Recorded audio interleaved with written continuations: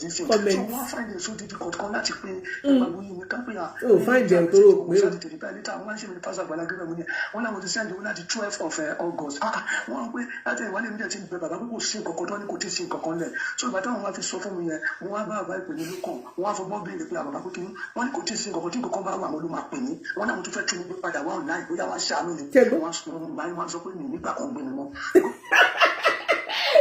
Pásítọ̀ ìpè mi lọ́kàn ó tún wá fẹ́ padà gbé Tọ́pẹ́ wá kówó orí ẹ̀ pówó yẹn dùn. Ṣé wá rẹ́ni tó ní wọ́n fìbọn fún òun wọ́n wípé òun lọ ṣiṣẹ́ lébùrà òun lọ ṣiṣẹ́ kinní kan wípé ọwọ́ òun ò jẹ́ kó ṣiṣẹ́ tó bá ti ṣiṣẹ́ díẹ̀ wọ́n á ní kinní kan wọ́n á ní kó máa lọ tó wò bá ní agbára. Ẹ wò mí ẹ já sọ díẹ̀ nínú ọ̀tọ̀ gbèsè ayé arákùnrin. Ṣé ẹ rí arákùnrin tẹ́ ẹ rí yìí?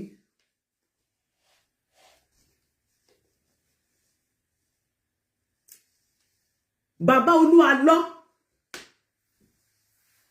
Ta ni mo bàbá Olúalọ́? Bàbá dáadáa, pásítọ̀ mi. Bá nǹkan tí mo fẹ́ sọ yìí. Ẹ jẹ́ bá yín rè tó ló jẹ́ yín, ẹ jẹ́ kí ẹ jẹ́ ká gbé báyìí. Ẹ̀yàwó fún ọba jẹ́. Ká ẹ lè gbọ́ yín kẹ́ wà lórí. Ìwé nǹkan tó ṣẹlẹ̀ láti ẹnu. Ẹ pásítọ̀ Tọ́pẹ́ ló sọ̀rọ̀ yìí. Wọ́n gbọ́ yìí. Okay sir, mo kí gbogbo àwọn tó wà lórí program. Ẹ máa gbọ́ introduction ni. Ẹ̀ka lójú kẹfà wà. Orúkọ mi ni Pásítọ̀ Kolawole Tọ́pẹ́, Oro Agbala Gabriel Pásítọ̀. Ẹ jọ̀ọ́ mo fẹ́ kẹfà balẹ̀ kúrò bá nǹkan tí mo fẹ́ sọ yìí. Ṣẹ́ni ṣe pé ó wù mí láti jáde bàbá ìgbèmí lókàn, aláàánú mi ni wọ́n. But owó tí àwọn kọ́kọ́ sọ pé wọ́n dá fún mi initially, ó jẹ́ wọ́n ní fún wọn pè mí wọ́n ní owó rẹ̀ ti wọ 400+ nísìnyí. But ìgbà táwọn máa send owó sí ní all together, ó jẹ́ 394. Mo lo first bank. Ẹ mọ̀ pé statement of account ò lè put every other person bá pọ̀. Then mo bẹ̀rẹ̀ sí ní fún wọn ní details bí wọ́n ṣe ní kí n ná owó yẹn. Torí ẹ̀ méjì náà send owó yẹn sí mi. Àkọ́kọ́ wọ́n send owó sí mi pé kí n lọ fi gba ilé. That is all together wọ́n ní ìgbúdọ̀ gbà kọjá ilé 250,000 to 40,000. Ọlọ́run bí ràn mí lọ́wọ́ mo rí ilé tó jẹ́ pé package yẹn all together is 210,000 260,000. Mo gba ilé ní 150,000 owó ilé gangan. Then wọ́n ní commission at agreement náà wọ́n sábà mi ṣe ní 110. Wọ́n gba commission ní 50,000 agreement and damages wọ́n gba 30,000. Then 240 làwọn fún mi even up to now mo sì jẹ́ 20,000 nígbèsè owó ilé yẹn. Then wọ́n wá sẹ́ndì owó tó kù fún mi 154,000. Nígbà tó ń sẹ́ndì yẹn sí mi tí wọ́n wá sọ àwọn nǹkan tí màá rà wọ́n ní kí n má rà tí wọ́n ṣáà instruct mi bí màá ṣe ná owó yẹn. Mo ra ṣíà 5,130,000 POS machine 35,000 CAC mo ṣe 30,000. Wọ́n ní dandan pé a gbọ́dọ̀ ṣe task nínú náà that's like 10,000. Then wọ́n ní kí n lo 2,000 fún transport lẹ́ẹ̀mejì. Àwọn yẹn bẹ́ẹ̀ yẹn ìyẹn jẹ́ 114,000. So wọ́n tún wá sọ owó yẹn wá kú 40,000. Wọ́n wá sọ wípé inú 40,000 yẹn pé kí n make sure pé 50,000 ìgbà tó kù yẹn mo ní 40 ló kù nígbà yẹn mo sọ fún wọn. Wọ́n ní kí n ló sọ mo ní kò lè tó 50 tó máa ṣẹ́kù mo ní kó wo àwọn nǹkan tí mo rà despite the fact wọ́n ní kí n má ra table kí n máa gbé machine yẹn sọ́wọ́. So mo dẹ̀ wá sọ fún wọn mo ní ẹ̀sà mo ní ìgbà tí mo fẹ́ move kúrò ní ilé ibi tí mo wà tẹ́lẹ̀ níbi tí mo kẹ́rù mi sí mo ní ibi tí mo kó nǹkan mi wá ń sìn mo ní ẹni báyìí mo fi move àti àwọn owó tí mo ná ní owó oúnjẹ gbogbo ẹ̀ 20,000. Gbogbo àná mọ̀ pé nǹkan wọ́n ní kò sí problem. So ìgbà tó wọ́n yẹn ti wá kú 20,000 mo lè ṣe lágbà wọn kan wọ̀nyẹn mo fọwọ́ díẹ̀ sí wọn gbogbo ẹ̀ mo ṣe kí ní ẹ̀ mo send díẹ̀ sí wọn wọ́n ní kò sí problem. So ìgbà tó wá kú 20,000 yẹn wọ́n á sọ fún wọn pé 10,000 lówó yẹn kù. Wọ́n ní tí nǹkan kan bá ti wọlé àwọn máa rí ìṣìlẹ̀ pé nǹkan kan ò tí wọlé. That was last month o early last month. Okay, à ń gbọ́ ẹ. Mo sọ fún wọn pé so ìgbà tó wá early last month. wọ́n wá rí wípé ó dàbẹ̀ ni wípé lálàkọ́kọ́ yẹn wọ́n sọ pé 400 and something lówó mi wọ́n dẹ̀ sẹ́ndì 394 àti gbẹ̀yìn ẹ̀mí ní kúrọ́ fún níwájú ọlọ́run àtẹnìyàn ni mo ti ń suspect wọn. ló ti ń suspect. Calculation lórí nǹkan tó ń sẹ́ǹsì mi ní ìṣàṣọ kankan mi ìṣọ anything. So ìgbà tó wá sẹ́ndì gbogbo last month yẹn mo ní bàbá mo ní ẹjẹ́ kí n mo ní ẹ. Ta ló ń pè mí táìmù yìí o? A wà lórí show. Hello. Orí show ni mo wà o. Ẹ pè mí later.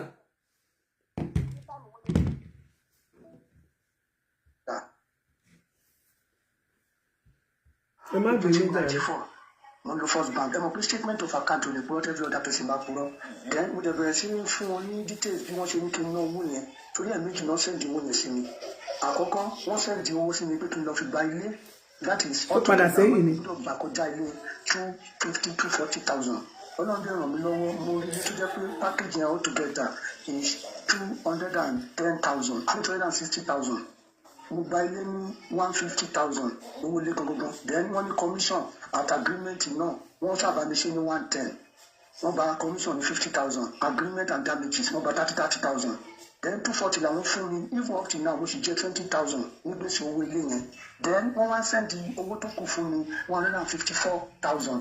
Nígbà tó ń sẹ́ndì yẹn sí mi tí wọ́n wá sọ àwọn nǹkan tí màá rà wọ́n ní kí n má rà tí wọ́n ṣáà instruct mi bí màá ṣe ná owó yẹn. Mo ra ṣíà 5,000 umbrella 30,000 POS machine 35,000 CAC mo ṣe 30,000. Wọ́n ní dandan pé agbọ́dọ̀ ṣe task kìíní náà that's like 10,000. Then wọ́n ní kí n lo 2,000 fún transport lẹ́ẹ̀mejì àwọn yẹn bẹ́ẹ̀ yẹn ìyẹn jẹ́ 114,000. So wọ́n tún wá sọ owó yẹn wá kú 40,000. Wọ́n wá sọ wípé ní 40,000 yẹn pé kí n make sure pé 50,000 ìgbà tó kù mo ní 40 ló kù ń gbà yẹn mo sọ fún wọn. Wọ́n ní kí n sọ pé mo ní kò lè tó 50 tó máa ṣẹ́kù mo ní kó wo àwọn nǹkan tí mo rà despite the fact wọ́n ní kí n má ra table kí n máa gbé machine yẹn sọ́wọ́. So mo dẹ̀ wá sọ fún wọn mo ní ẹ̀sà mo ní ìgbà tí mo fẹ́ mú fùkúrò nílé ibi tí mo wà tẹ́lẹ̀ níbi tí mo kẹ́rù mi sí mo ní ibi tí mo kó nǹkan mi wá. ẹ̀yin tálákà bí òkúté ṣọ́ọ̀ṣì lọ kò sí kankan tẹ́ ẹ ní lọ́wọ́ tẹ́lẹ̀. Gbogbo àlàmọ̀ pé nǹkan wọn ní kò sí problem. So ìgbà tí wọ́n yẹn ti wá kú 20,000 mo lè ṣe lágbà wọn kan wọ̀nyẹn mo forward ẹ̀ sí wọn gbogbo ẹ̀ mo ṣe kí ní ẹ̀ mo send ẹ̀ sí wọn wọ́n ní kò sí problem. So ìgbà tó wá kú 20,000 yẹn wọ́n á sọ fún wọn pé 20,000 lówó yẹn kù àwọn ní tí nǹkan kan bá ti wọlé àwọn máa rí sí ní pé nǹkan kan ò tí wọlé. That was last month o early last month. Mo sọ fún wọn bẹ́ẹ̀ so ìgbà tó wá yá tí wọ́n á rí wípé ó dàbẹ̀ ni wípé lálàkọ́kọ́ yẹn wọ́n sọ pé 400 and something lówó mi wọ́n dẹ̀ sẹ́ndì 394 àti gbẹ̀yìn mi ní kúrọ́ fún níwájú Ọlọ́run àti ló ti ń suspect pastor. Calculation lórí nǹkan tó ń send sí mi ní ìṣàṣọ nǹkan mi ìṣọ anything. So ìgbà tó wá send gbogbo last month. Owó public ló gbé calculation ni. Mo fẹ́ compensate me for helping me àní wò ṣe tó wọ́n kọ́ yọ̀ nǹkan bẹ́ẹ̀ wọ́n ní rọ́ wọ́n ní owó tí ò tí tó ni.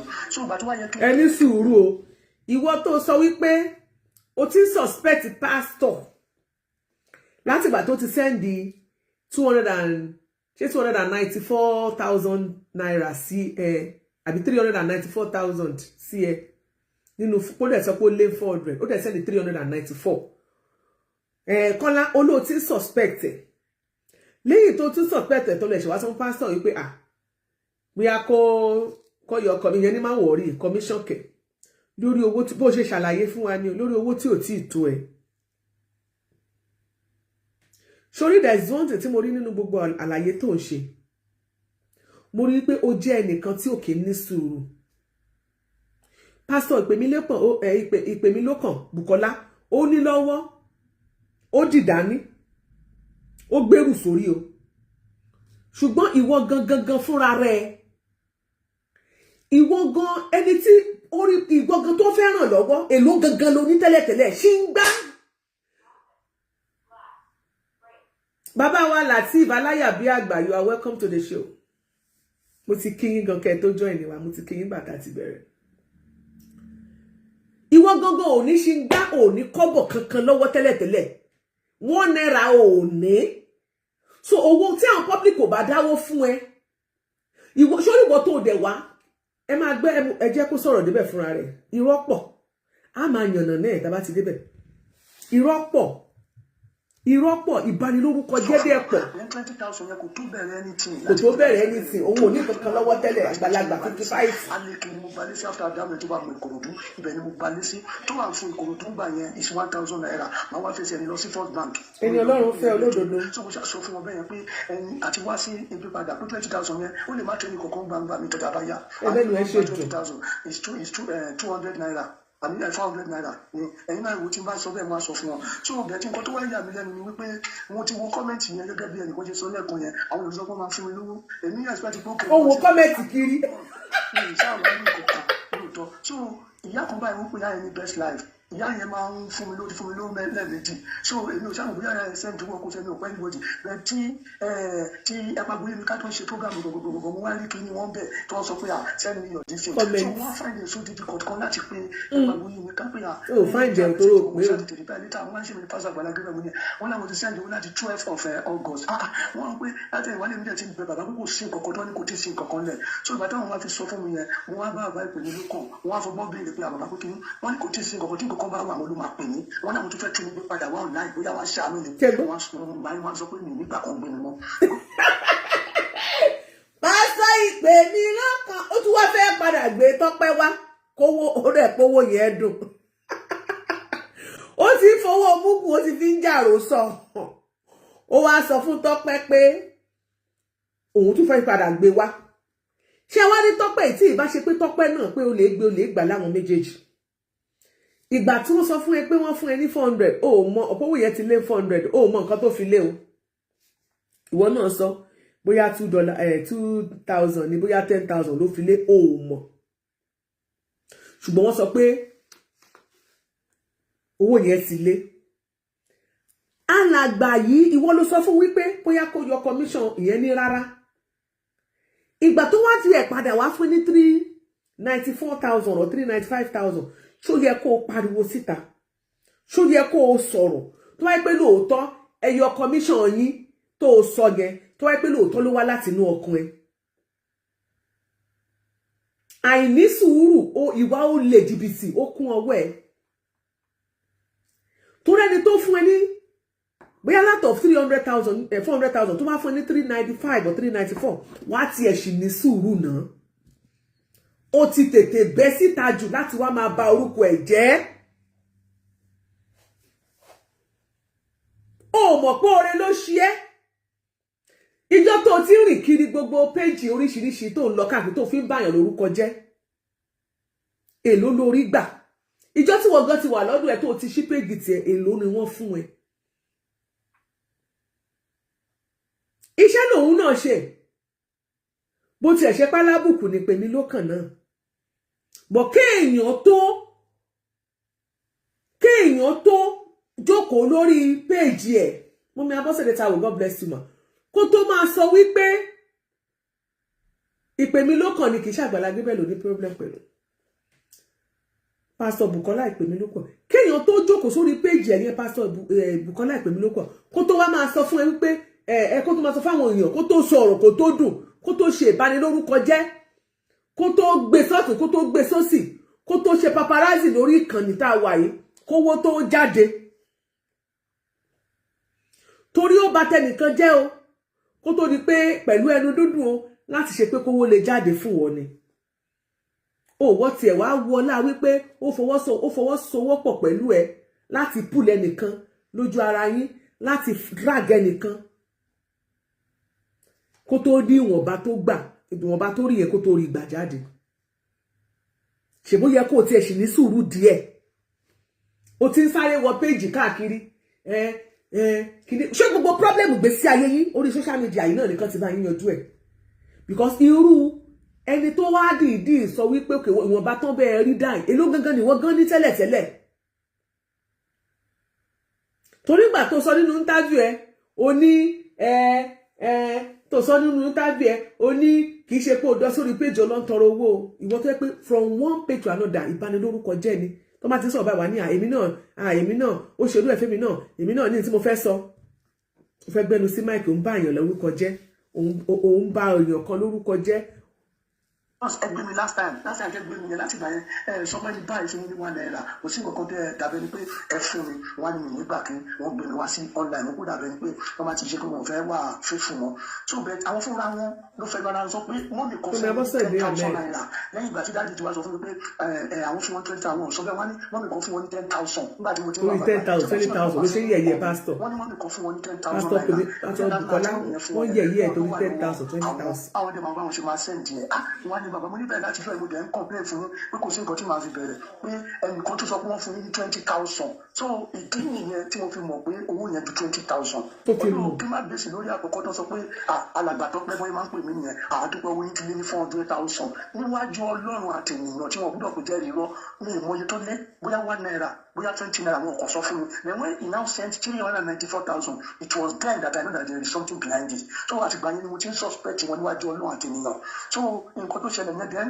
ṣàwọn 20,000 tó wá kù lọ́wọ́ mi yẹn ṣàwọn nínú 20,000 tó bí ẹni mo ti 20,000 tó wá kù 20,000 nínú 20,000 nínú pé ok kò sí nǹkan kan fún mi ní Èkó kò sí ẹni tí mo pé mọ́mì ni mo ní mọ́mì mo ní kọ́ wo báyìí torí kò sí nǹkan tí mo máa fi pamọ́ fún ìyá yẹn kò sí ní sọ́fà ọ̀hún mo ní ọwọ́ pé kí n máa bọ̀ ní Ondo bí mo ṣe bá ń sọ̀rọ̀ tí mo wà ní Kàrẹ́ Àkókò l'Ondo state. ẹ̀yin ará Kàrẹ́ kú àlejò ẹ̀yin ará Kàrẹ́ Àkókò ẹ̀ máa kú àlejò ẹ̀ mọ̀ kú àmójúbà láti bí oṣù kan nǹkan ò ti sẹ̀mí yín ọlọ́mọ jẹ́ kí kò sẹ̀mí yín tí nǹkan ò ti sàwọn ṣọ́ọ̀ṣì yín báyìí Ọlọ́run o Jésù. Ṣọ́ọ̀ṣì wo la túmọ̀ tó ti wọlé sí lára pẹ̀lú testimony.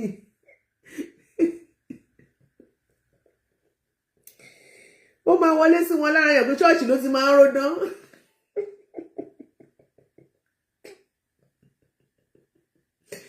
Ẹ̀dàkùn ṣọ́ọ̀ṣì wo ló ń lọ ní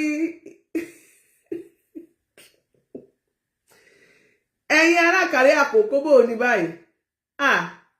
Àwọn ará ṣọ́ọ̀ṣì yín ọwọ́ mọ̀ ti bà àwọn ṣọ́ọ̀ṣì yín tó wà ńbẹ̀ báyìí. Ọwọ́ Tọ́pẹ́ lẹ́wà àbí Tọ́pẹ́ ló wà lọ́wọ́ yìí? Jésù Olúwa wa. Ọ̀rọ̀ ayé gbogbo ní Olúwa gbọ́ pẹ́ wá.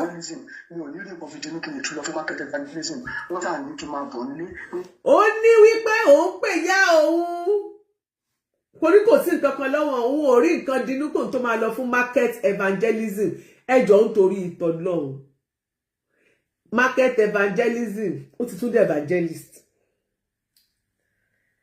Ṣọ́ọ̀ṣì wo gangan ni wọ́n ti ordain Pastor Tọ́pẹ́? Mo bank. Ṣọ́ọ̀ṣì wo náà ti ordain as a pastor? Torí market evangelism ló sọ fún ìyá rẹ̀ pé ó ń ṣe káàkiri. Church wo náà ti ordain as a pastor? Níbo ló ti rí orúkọ tó ń jẹ́ pastor yẹn? Ta ló fún ẹ? So àyálò ni, ṣé nickname ni àbí nagijẹ? Mọ́mí fún fẹ́ fún kẹ́ bá ṣàkíbó oníṣẹ́ wa. Ṣé nickname ni tàbí ìnagijẹ? Bàbá Kọ́lá ó wá sọ evangelism ló sọ díṣẹ́. Bíbélì sọ pé ìgbàgbọ́ láìsí iṣẹ́ ó lókù ni. Owó ọ̀ka Bíbélì ti ẹ̀ débẹ̀ àbí ó ti já láàrin ẹ̀mí tó wà ní. Iṣẹ́ wo gangan ló ń ṣe? Market evangelism bíi tọrọtọrọ wọ́n máa ti sọ ẹgẹ́dẹ́ àwọn àgbègbè àwọn làwọn gba ìdámẹ́wàá àtọrẹ nú ọjà. Ọlọ́run ẹjọ́ ń bẹ lọ́rùn àrò káwọ́ pẹ̀yìn, ẹjọ́ ń bẹ lọ́rùn àrò sunkún. Ẹ̀yin aráyé ni mò ń bá wí, ẹ̀yin ènìyàn ni mò ń bá wí. Ẹ̀mí aṣọ wa wò torí ọ̀run ni o. Jésù yìí jìyà fún gbogbo àgbáyé, ó ń torí ẹ wá ń gbà àwẹ̀. Ẹ má ṣe jọ̀sán torí tí ìpè bá tún ká lè bá jọba. Àrò dákẹ́, ẹjọ́ ń bẹ lọ́rùn àrò sunkún. Ẹjọ́ ń bẹ lọ́rùn àrò káwọ́ pẹ̀yìn, ẹjọ́ ń bẹ lọ́rùn àrò. Kí ló dé market evangelism? Ó nítorí ebi owó orí nǹkan ronú kò tó máa lọ táwọn iṣẹ́ kò wọ́n rìn kiri gbogbo àdúgbò. Ó sì lọ wá sí ẹ̀ṣẹ̀ àdúrà láwa bẹ̀. Ọ̀dẹ̀ wá ṣe nǹkan ní in fact àwọn tó lazy pọ̀ gan Nàìjíríà o. Irú wọn lẹ ti rí yẹn, irú wọn pọ̀ gan tó jẹ́ pé lazy.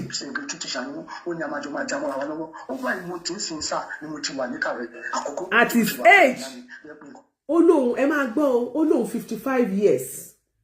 At his age your mom ó kéré jù ó nítorí teacher nìyí ẹ̀ grade 2 teacher ó ti wà retired. Tí wọ́n bá jẹ́ 55 years at least your mom should be around 70. Ó kéré jù your mom will be 75 years. Ó wá lọ sí kàrí àkókò lọ jókòó ti màmá arúgbó pé nǹkan tó bá rí kẹ tí ìyá yẹn bá ń jẹ kẹjọ máa jẹ. 55 at 55. Why don't they oh my? Meanwhile, a fool at 40 is a fool forever. At 55. Peter Esther God bless you, man. At 55, you went to live with your mom or to stay with your mom, a retired teacher, grade 2 teacher,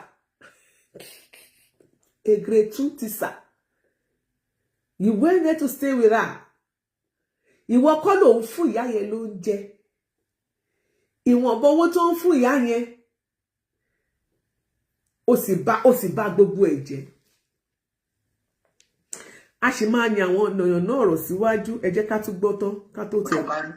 àjọ mánéjẹ ilé rí pé bóyá wọn ò lè ṣiṣẹ́ ṣẹ́rí kẹbá tó bá pé ẹ̀pọ̀ bóyá ká ti báyà mi sọ̀rọ̀ nínú wọn ṣiṣẹ́ gidi kan ṣẹ́rí ọwọ́ mi ọ̀tún àwọn SARS ti kan ní 2015 mo lè sẹ́ndì gọ́gùn ẹ̀ bá gọ́gùn ẹ̀ gọ́gùn pàṣẹ pẹ́pẹ́ kan láwọn ilé ẹ̀rí ń bẹ̀ wọ́n ti kán ọwọ́ mi ọ̀tún so mo ti lọ fún labour work láì mọ iye ìgbà tó jẹ́ pé tí mo bá ti ń ṣiṣẹ́ bóyá mo pè ọkọ wá gbèrú mi wọ́n tún wọ́ọ̀kì ní àtúnwá fún mi ní after payment wọ́n náà sọ pé mo ti dàgbà pé mi lè ṣiṣẹ́ on the 30th of this month máa pé 55 lágbára Ọlọ́run so kì í ṣe pé mi gan ò lè ṣiṣẹ́ I'm from Ekiti state but I was born and brought up in Ìkàrẹ́ yẹn so à ń ṣiṣẹ́ gidi nílé wa ẹ̀jẹ̀ gbogbo ìgbà tó yẹ kí n fi kọ́ṣẹ́ gbà yẹn tí mo fi ṣe tí mo fi waste life mi èèyàn tó lo 25 years 7 months yẹn mọ̀ ṣé mo gbogbo àwọn ìgbà wọn yẹn náà tó yẹ kí n ti ní tẹ́lẹ̀. dákẹ́ bẹ́ẹ̀ ẹ jọ̀ọ́ 55 years èyí tẹ́ wà lórí YouTube ẹ máa gbọ́ o ó wá lò 25 years and 7 months ó lò lẹ́wọ̀n ṣé ń gbọ́ 25 years and 7 months ó lò lẹ́wọ̀n according to him ẹ̀rí kó ti pẹ́ tó ti ń jalè ṣá ìwà burúkú ti wà lára ọkọ ó ti di gírí mọ́ ó ti pẹ́ gan ní prison ó ti sorry nílé ńlá ó ti pẹ́ gan nílé ńlá kéèyàn tó lórú ọdún yẹn ti mọ̀ pé ó ní í ṣe pẹ̀lú ìtàjẹ̀sílẹ̀ aláìṣẹ̀ tẹ́ bá wá yọ 25 years ẹjọ́ pé bá yọ 25 years tí kúrò nínú 55 30 years ká tó wá lò 7 months náà ká tó wá lò kú ká tó wá yọ kúrò bí 29 years mọ́mí dickness ìgbẹ̀yìn adùn God bless you ó wá ti lò bí 29 years ló wà tó ti lọ sẹ́wọ̀n tó ti lọ rìnrìn àjò ayé ẹ̀ lẹ́wọ̀n ilé ńlá tó ti ń jẹ sàwọ́mọ̀ tó ti ń jẹ chicken àbí wọ́n ń jẹ chicken bẹ́ẹ̀ ni èmi ò mọ̀. Just imagine wasted life ó wá ní ìyá òun yẹn dúró tí òun dáadáa àbí ọmọ àkómẹ tó ní fọ́ọ̀tì bóyá ọmọ ni ògbọ́ràn ni bóyá oṣù dúró gbẹ̀kan ni kò tiẹ̀ yé wa bóyá akọ́gbà ní àmọ́ ṣùgbọ́n kọ́lọ́wọ́ Elédùmarè kó bá dárí ẹ̀ṣẹ̀ jì ẹ́ gbogbo àṣedédé ẹ̀ kó dárí jì ẹ́ adáfún yín o 20 ogun délé wálé sá ẹ̀bẹ́ rí 29 years and 3 months ló ti lọ tí gbèsè ayé ẹ̀ ti rí bó ṣe rí ṣé wá rẹ́ni tó ní wọ́n fìbọn fún òun wọ́n wípé òun lọ ṣiṣẹ́ lébùrà òun lọ ṣiṣẹ́ kinní kan wípé ọwọ́ òun ò jẹ́ kó ṣiṣẹ́ tó bá ti ṣiṣẹ́ díẹ̀ wọ́n á ní kinní kan wọ́n á ní kó máa lọ tó wò bá ní agbára ẹ wò mí ẹ já sọ díẹ̀ nínú ọ̀tọ̀ gbèsè ayé arákùnrin ṣé ẹ rí arákùnrin tẹ́ ẹ rí yìí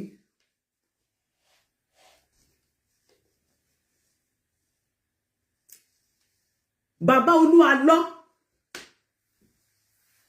ta ni mo bàbá Olúalọ bàbá dáadáa pásítọ̀ ni wọn bàbá Adánimógo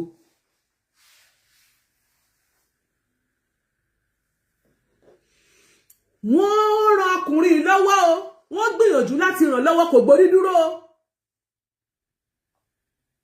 ṣé rí gbogbo ìgbà tí wọ́n ti sọ àsọtẹ́lẹ̀ sínú ayé arákùnrin tẹ́ ẹ rí tó jẹ́ ìgárá yìí wọ́n ti ní gbogbo èso tó bá ti inú ẹ̀ jáde wọ́n ní wọ́n máa jalè ni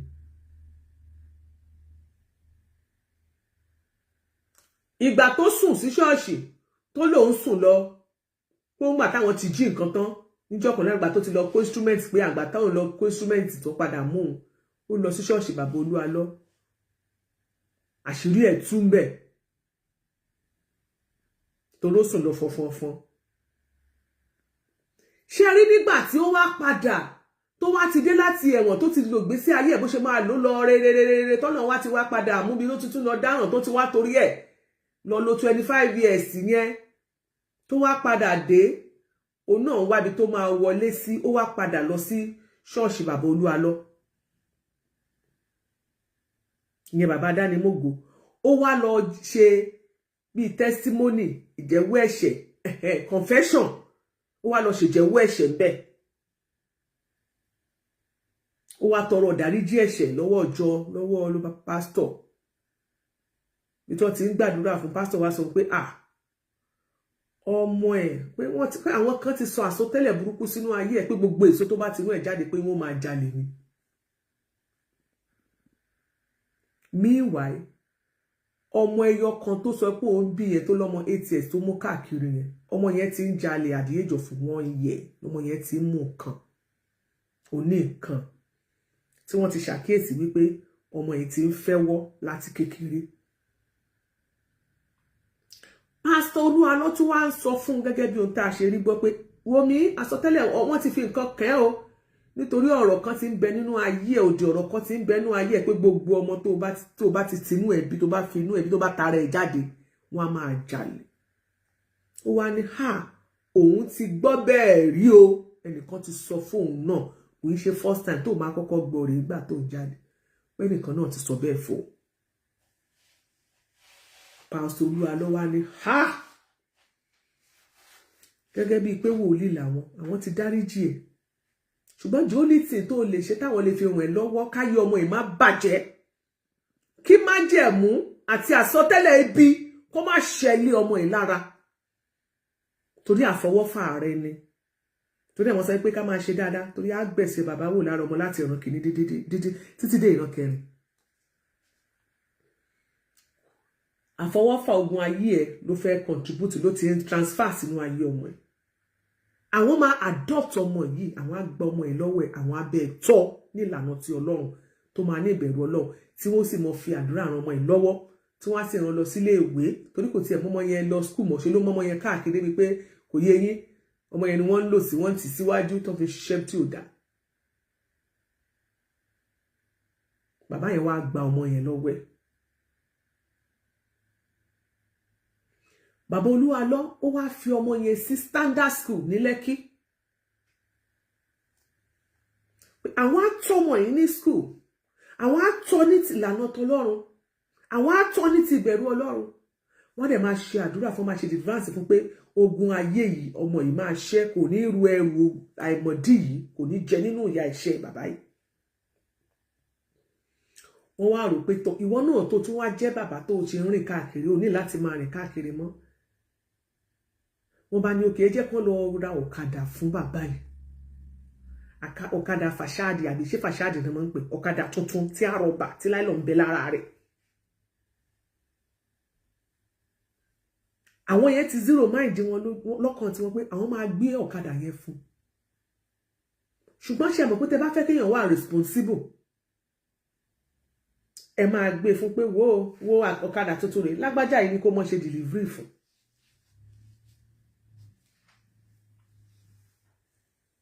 Máa fi ṣiṣẹ́ kò dé máa jẹun ìwọ nìkan. Sórí ọmọ tó wà lọ́dọ̀ wa yìí má wọrí kò sóye tí school ẹ̀ bá lè jẹ́ àwọn máa san ìgbésí ayé àdá. Wọ́n mi fi sáyọ̀ kò ní gbàgbéṣẹ́ wa wọ́n bá mọ́mọ́ tira ló bá gbé ọ̀kadà nínú ẹ̀ bá dùn ló bá ń pariwo ló bá ń yìrà lẹ̀ tó ṣe mọ́ sọ inú ẹ̀ ń dùn tó mọ bọ̀bọ̀ ẹ̀ àwọn yẹn ní agbárí ló bá bẹ̀rẹ̀ sí yí ló bá bẹ̀rẹ̀ sí nínú ẹ̀ bá ń dùn ló bá ń pèsè bàbá Olúalọ ló bá ń sọ̀rọ̀ dáadáa nípa bàbá Olúalọ ó bá ṣe bó ṣe gbọ́kadà lọ nìyẹn ọ̀kadà tó jẹ́ pé alààyè mi ló bá kúrò lọ́dọ̀ ẹ̀ kò fi 1 naira ọ̀kadà tó wọ́n dẹ̀ ti sọ fún ẹni yẹn pé ìwò tó bá máa fi máa sọ pé òun rẹ́mí tó owó yẹn ọ̀kadà òun ló ní o a máa yọ̀ǹda ẹ̀ fún ṣùgbọ́n kó tiẹ̀ sì máa mú owó yẹn wá kò rẹ́mí ti wá ń ṣẹ̀ṣẹ̀ ọ̀kadà yẹn ti di rádaràda ó ti bà yí ọ̀kadà yẹn jẹ́ kọjá repair nígbà tí wọ́n padà rí Kọ́lá tó padà rí Tọ́pẹ́ tó yẹ pé ọ̀kadà tí ẹlòmíì wà nílùú Èkó yẹn ẹlòmíì níyàwó méjì ó lọ́mọ 6 tó dẹ̀ tọ́jú wọn pẹ̀lú iṣẹ́ ọ̀kadà tó ń ṣe kò sanwó school kò fọ́mọ lóúnjẹ o wọ́n ti bá adopt ọmọ yẹn wọ́n ti fọ́mọ sí grade school.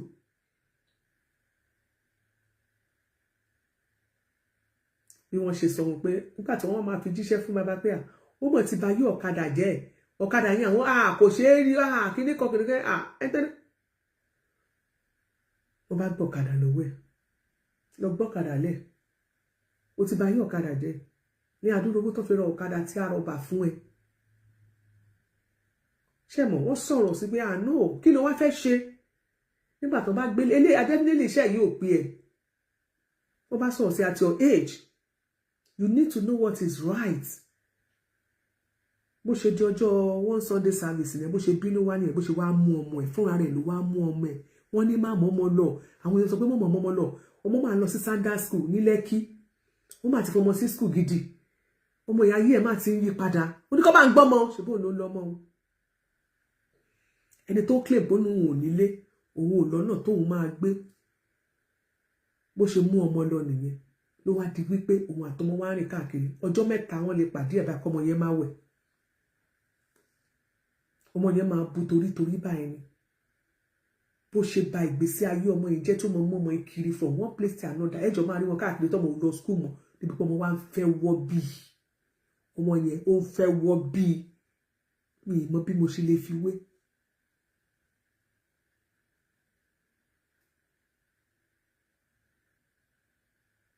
Pásítọ̀ Olúalọ́ ní Lẹ́kí àwọn ni wọ́n ràn lọ́wọ́ bàbá adánimógo wọ́n ní evangelistic child ló mú ọmọ rìn kiri tọ́mọ ò ní wẹ̀ nígbà ibi bá ń pọnmọ ẹ dákun torí ọlọ́bẹ èèyàn bá gbé búrẹ́dì ilẹ̀ sí ọ̀nì jẹ kò ní jẹ kò ní dùn kan nú báàgì.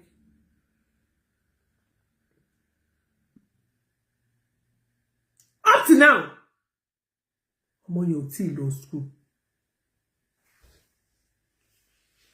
Ṣé rí dídé tó bó ṣe wá sọ́dọ̀ àwọn Àgbàlá Gabriel ní Kòròdú bàbá mi béèrè lọ́wọ́ ẹ̀ pé ta ló invite ẹ̀ tó bá ní pásítọ̀ lòun church wo ló ti ń pásítọ̀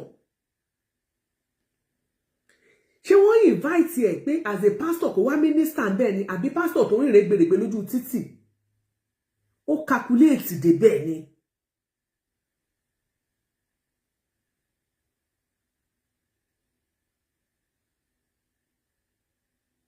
ọmọ ọba tó bá ẹ mọ̀ sí òun ó calculate dí ọ̀dọ̀ Àgbàlá Gabriel church tó wà ní Kòròdú ni.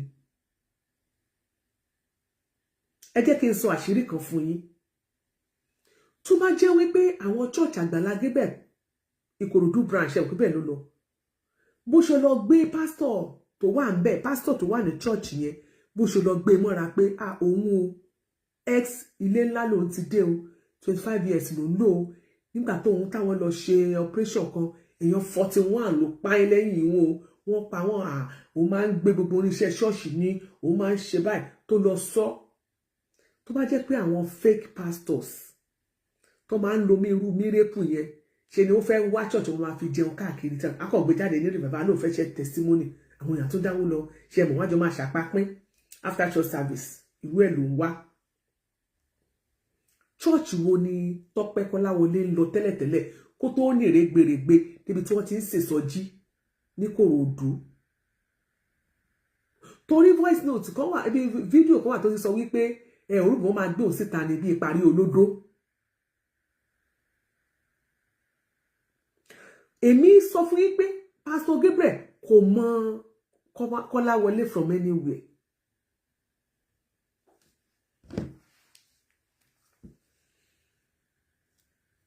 Máa padà play. Ọmọ mi sì báyìí mo gbọ́dọ̀ lọ gbé ní on the 24 of this month. Ó gbọ́ ọmọ yẹn lọ kiri ni. Tí mo máa ṣe débẹ̀. Ṣé o gbọ́ ọkọ yẹn ni mo rò tí ó kàn pa mí lẹ́kún fúnra rẹ̀ àbí àtọ́jú lẹ́sàn tí mo ní ó máa pé 8 years ní December. 8 years. Tó fi ń dùn mí nìyẹn pé wáyé tí bàbá ìwà ṣe irú nǹkan báyìí wọ́n dẹ̀ mọ condition pé ló tó wọ́n mi lọ́wọ́. Tẹ́ bá ní bó ṣe máa bá wọn sọ̀rọ̀ kí tó bá wọn sọ̀rọ̀ máa pray fún wọn máa respect wọn bẹ́ẹ̀ mo rí pé sincerity wọn sì ló ní bó ṣe jẹ́. Ṣẹ́rú ẹ̀gbọ́n ẹ̀pá wọ́n ìgbọ́ ẹ̀gbọ́n máa gbọ́ kánú tẹ̀ wá sẹ́ni pókè 10,000 ti fún ẹ lélẹ̀ owó ẹ̀ ti tọ́ kéèyàn wá báyọ̀ lórúkọ jẹ́ torí 10,000 ẹjá tiẹ̀ fọ̀rọ̀ ẹ sílẹ̀ náà a máa tó sún síwájú lórí ọ̀rọ̀ ẹ̀ mò ń bọ̀ náà. ọmọ yẹn báyìí fún ara ẹ̀ ní o àfọwọ́fà ní o àfọwọ́fà ni lọ́jọ́ kìíní àná tó lọ sí church tí wọ́n mú lọ bẹ̀bẹ̀ nígbà tó kọ́kọ́ ń jáde tó ń ṣe ìbanilórúkọ jẹ́ pé ta ni Pastor Gabriel lóhùn mẹ́ni tó ń jẹ́ bẹ́ẹ̀ wọ́n mú dọ́dọ̀ ẹ̀ ẹjẹ́ à ń tọ́ kí ló ń sọ náà.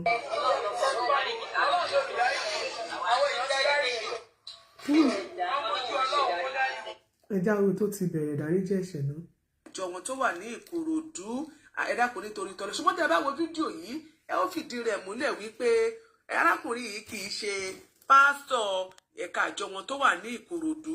Wọ́n ní ó ń kọ́ wọn ní ẹ̀kọ́ bíbélì ní Sunday school teacher náà pé àwọn àkójọpọ̀ fọ́nrán tí ẹ fẹ́ wò yìí òun ló fìdí ẹ̀ múlẹ̀ fún wa wípé arákùnrin Tèmítọ́pẹ́ Kọ́láwọlé kò ṣẹ̀ṣẹ̀ máa ṣe ìbanilórúkọjẹ́ Pastor Gabriel èyí tó ṣe lọ́dún tó kọjá rèé tó dẹ̀ tún padà wá bẹ̀bẹ̀ tó wá túbá ó ní ìrànlọ́wọ́ lòun wà ó nítorí ìrànlọ́wọ́ lòun fi ṣe gbogbo. wọ́n fi àwọn méjì wá láwọn méjì yẹn ti wọ mọ́tò tó ti kúrò ńbẹ̀ wọ́n ní Àgbàlá Gabriel pé wọ́n pé sáwọn ènìyàn ṣé wọ́n ṣe wọ́n lè ṣe ṣóyè yìí sí àwọn àwọn àwọn bẹ̀bẹ̀ nìyẹn o èyí tó wà lórí. àṣà àwọn náà ń bẹ̀ sí kọ́ọ̀t wọ́n sọ pé bẹ́ẹ̀ bá kúrò lórí àwọn ilẹ̀ yẹn tó bá ṣe wọ́n máa pa wọ́n sórí ilẹ̀ yẹn wọ́n máa ṣe kíní kan sórí ilẹ̀ yẹn ni òye yìí sì tẹ bá nídìí ìrànlọ́wọ́ ẹ máa lọ mọ́nà wọn ẹ máa béèrè àwọn tí ó tẹ ẹ ní ìrànlọ́wọ́ ẹ ti ṣe yóò bá yìí ṣe lọ́jọ́ tí ìṣẹ̀lẹ̀ ṣe èpè burúkú ló ń ṣe pé tàbá kúrò lórí ilẹ̀ pé gbogbo àtàwọn àmì ẹ̀gbọ́n máa ti wá sórí ilẹ̀ yẹn ni. ṣé ẹ rí ọ̀rọ̀ ilẹ̀ tí ẹni tí wọ́n sọ lọ́wọ́ yẹn ẹ jẹ́ kí n yànyàn náà díẹ̀.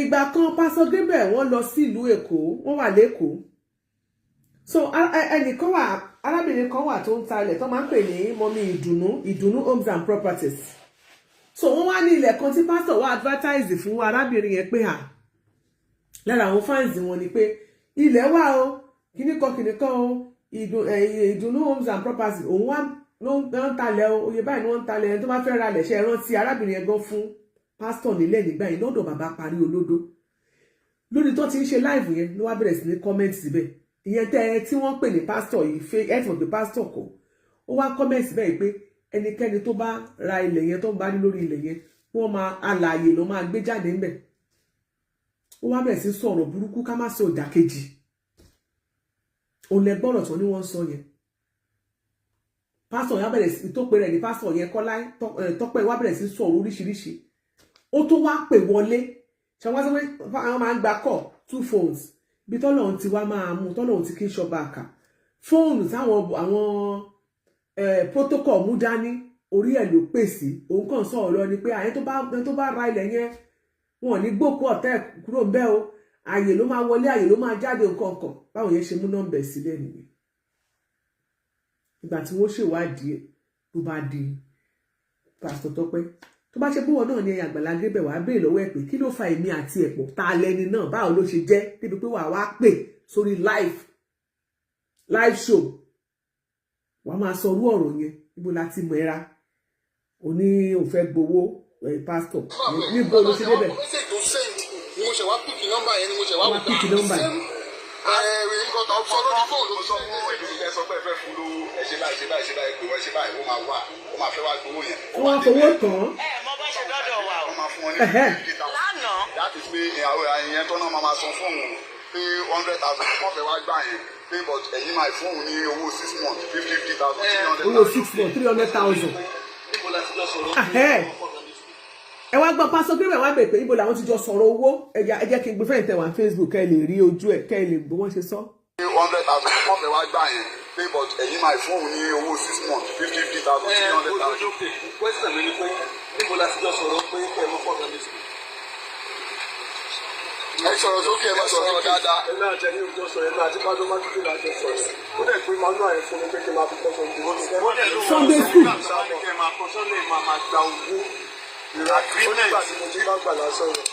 sẹ́yìn bá gbàlá sọ̀rọ̀ ni sábàlá fún yín náà. ṣé ẹ ti confam kó sọ wípé wọ́n gbé pamphlet lóun lọ́wọ́ pé kò máa kọ́ Sunday school kò kì í ṣe pásítọ̀ o òun gangan fẹnu ẹjọ́ ṣé ẹ gbọ́ èyí tẹ́ wà lórí Facebook tí mo ti ẹ̀ tán kámẹ́rà sí tó ní wọ́n ní kó máa kọ́ Sunday school Àgbàlá bèèrè lọ́wọ́ ẹ̀ pé níbo lòun ti sọ fún ẹ pé kó máa kọ́ Sunday school ìgbà tó máa jáde síta tó máa dọ́dọ̀ pásítọ̀ ìpè mí lókàn ó ní òun pásítọ̀.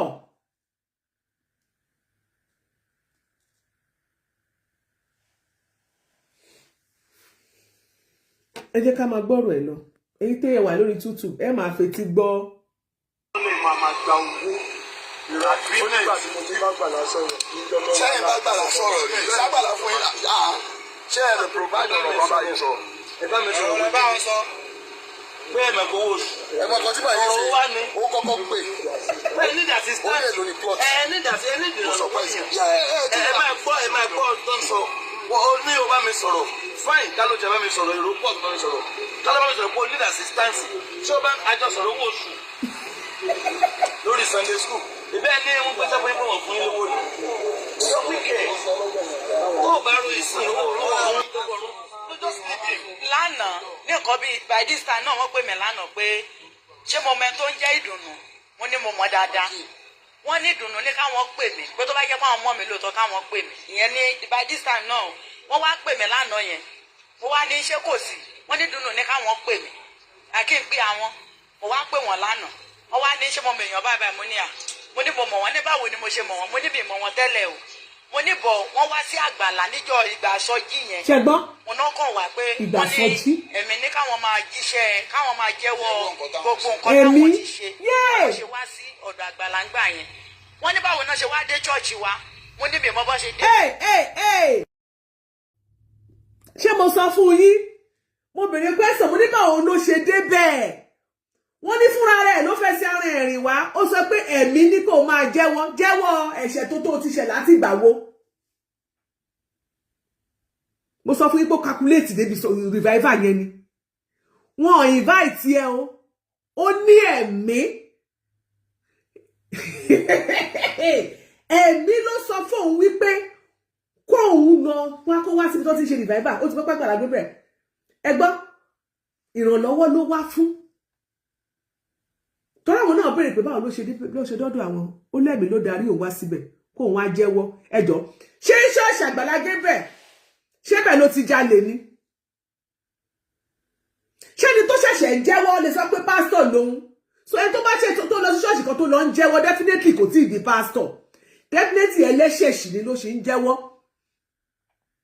bìkan tó bá jẹ́ pé èyí ò kì í ṣe ẹlẹ́ṣẹ̀ mọ́ tó ti tọrọ ìdáríjẹ̀ṣẹ̀ lọ́dọ̀ Ọlọ́run tó ti di pásítọ̀ ó ní láti máa kiri ṣọ́ọ̀ṣì káàkiri kó lóòṣì ń jẹ́wọ́ wàá máa sọ bí testimony pé mo dúpẹ́ lórí ayé mi ibi tí mo bá dé láyé ìgbà kan àwa náà ti wà ní ayé rí káyí kí Jésù tó gba ògo mo dúpẹ́ lọ́dọ̀ Ọlọ́run kì í ṣe pé wàá lọ síbẹ̀ pé o fẹ́ lọ tọrọ ìdáríjẹ̀ṣẹ̀ o fẹ́ lọ jẹ́wọ́ o fẹ́ lọ confess ẹ̀dàkùn kí ni confess lé lórí wọ́n bèèrè lọ́wọ́ ẹ̀ sìn ó ní wọ́n bèèrè pé wọ́n ń ta lóní kó bá kọ́ Sunday school ìgbà tó wá ń sọ́ǹta ó lóhun pásítọ̀ Agbala Gabriel ẹ̀yin náà máa gbọ́ pọ́rọ̀ yẹn ó ti dìsí kọ́ ọmọ ara wọn bí àṣà ìyá tún dì lọ́wọ́ ó ti dìsí kọ́ ọmọ ara wọn ṣé ń gbọ́ Sunday school teacher Agbala Gabriel wá bèèrè lọ pé ìgbà mo sọ pé kẹ́ máa kọ́ Sunday school ṣé mi àti ń jọ jókòó sọ̀rọ̀ kí lẹ wá ó lè mi àti òun àti pásítọ̀ ní èmi àti ẹ sọ̀rọ̀ èyí tó bá ń sọ̀rọ̀ pọ̀ kí la jọ sọ ó lóun wá fún rànlọ́wọ́ ó wá fún rànlọ́wọ́ ẹnì pé lòun máa ń pa ewu ṣọ́ọ̀ṣì wọn ìró máa pọ̀ ẹjọ́ mo wá fún rànlọ́wọ́ ni ẹjọ́ èmi náà bẹ́ẹ̀ kẹ́ ẹ ràn mí lọ́wọ́ ó dẹ̀ ti yà conclude wípé ó ti jẹ́ lówó oṣù 6 tẹ́ ẹ fi mọ̀ pé bàbá ńlá ògbàgbá ni ẹni tẹ́ ẹ jọ sọ̀rọ̀ kankan for agreement tó yẹ kó tiẹ̀ ti gbé lẹ́tà jáde tó ti fi ordain as a pastor tó fi post ẹ lọ sí church yẹn kò rí gbé jáde agreement tó wà lẹ́pọ̀ iye báyìí tẹ́bí tẹ́ ti jọ sọ pé máa gba 50,000 lóṣù kò tí ì rí gbé jáde ní ìsìn up till now láti gbà tó ti ń bẹ nìyẹn lórúkọ jẹ́ tó ti ń gba Agbala Gabriel lórúkọ jẹ́ in tí ò dá kò lórúkọ méjì kò dá ló ń jẹ́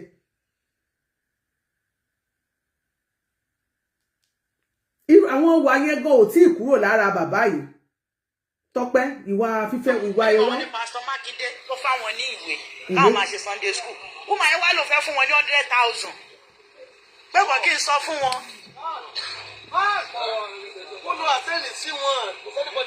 Ó farabalẹ̀ ẹ̀ máa gbọ́ oúnjẹ ó wá bẹ̀rẹ̀ sí bẹ̀bẹ̀ olódọ̀bálẹ̀ yẹn o. Pásítọ̀ Tọ́pẹ́ ti bẹ̀bẹ̀ wọn. Olóbẹ̀bẹ̀ yẹn kò parọ́ mọ́ o. Láti àárọ̀. Òun ló dọ̀bálẹ̀ tó ń bẹ̀bẹ̀ yìí o kò ń parọ́ mọ́ Agbala Gabriel. Pásítọ̀ wa ń gbé ṣe ti rí.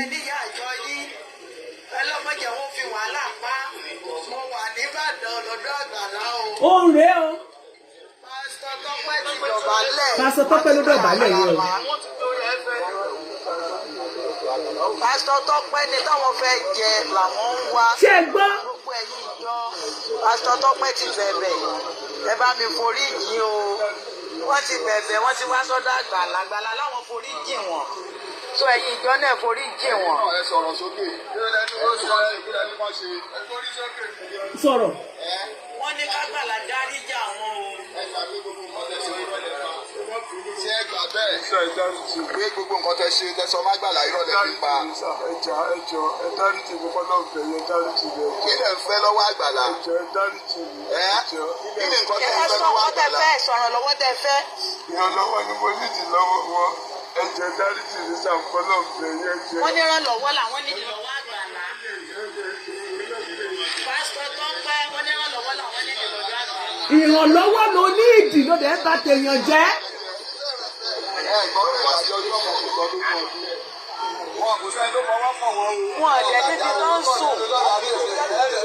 wọn níbi tó ń sùn ìyẹn lèmi ti rò pé wọ́n bá wá sọ́dọ̀ Àgbàlá. ṣé ń gbọ́. ó wá ti dì ní ìpè tó bá ti ba tèèyàn tó bá ti lórúkọ tó ti bàjẹ́.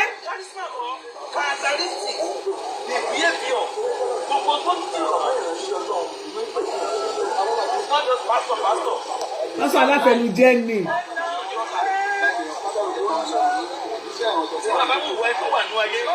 ó wù ẹni tó wà nú ayé kí èèyàn Àgbàlá parọ́ ni.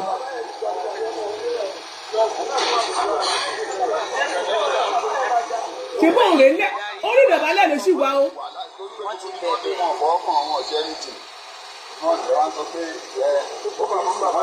olùrẹ̀ gbọ́kẹ́ pé wọn ò fọwọ́ kan wọn ọ̀ṣẹ́ ní tì tó dórí afẹ́fẹ́ tó ní wọ́n lu òun o.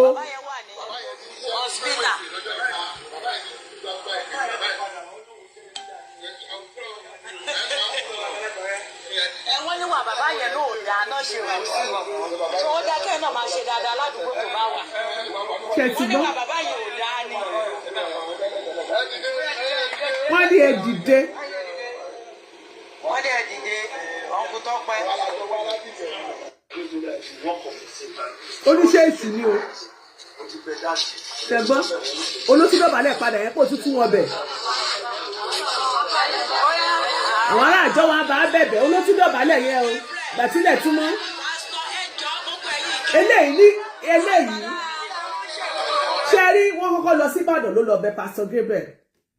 lẹ́yìn ìgbà náà tí Pastor Gabriel lọ sí ìlú Èkó tó lọ sí Kòròdú ó tún wá síbẹ̀ wọ́n ní kó lọ Pastor Gabriel lóun kọ́ ni kó bẹ̀ àwọn ìjọ tó parọ́ mọ́ pé òun ni pásítọ̀ wọn àwọn ìjọ òun ló kò sí yọ̀yọ̀ because Pastor Gabriel ò mọ̀ rárá ó wá tún dọ̀bálẹ̀ ó tún máa bẹ gbogbo àwọn ọjọ́ náà tún bá ẹ́ẹ̀rí gbogbo ẹ̀ o.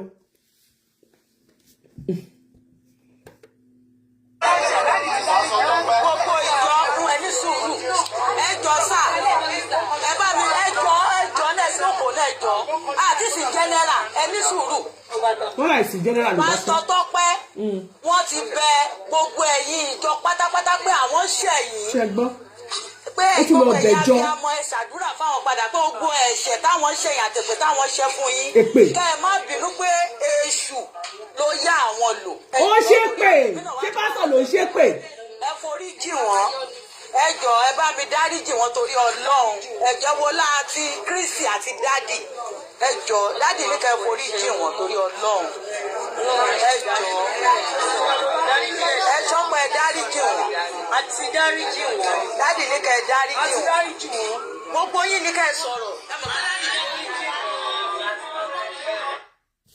ó tún lọ sí Ìkòròdú ó lọ tọrọ ìdáríjì ẹ̀ṣẹ̀ lọ́dọ̀ àwọn ará àjọ lọ́wọ́ gbogbo ọmọ ọjọ́ nínú gbogbo ọ̀rọ̀ tẹ́ ń sọ ǹjẹ́ ẹ gbọ́ bìkan tán sọ wípé pásítọ̀ ni ní Kòròdú níwájú Àgbàlá ó ní wọ́n gbé pamphlet lóun lọ́wọ́ pásítọ̀ Àgbàlá ní ṣóun mẹ́ẹ̀rí gbogbo fọ́nrán ẹ̀ wà níta pásítọ̀ ìpè mi ló kàn alábòsí ayé àtọ̀run ni. torí nínú interview yẹn tó ṣe yẹn tẹ bá gbọ́ dé àárín kan ó sọ wípé ẹ̀pàgbọ́n ká béèrè lọ́wọ́ ẹ̀ pé báwo ló ṣe dọ́dọ̀ ìpè mi ló kàn ṣó lọ tọrọ owó débẹ̀ ni ó ní nígbà tí wọ́n ń ṣe ṣóò Muyideen tó ń sọ wípé pásítọ̀ ìpè mi ló kàn sọ pé Àgbàlá Gabriel wà transparency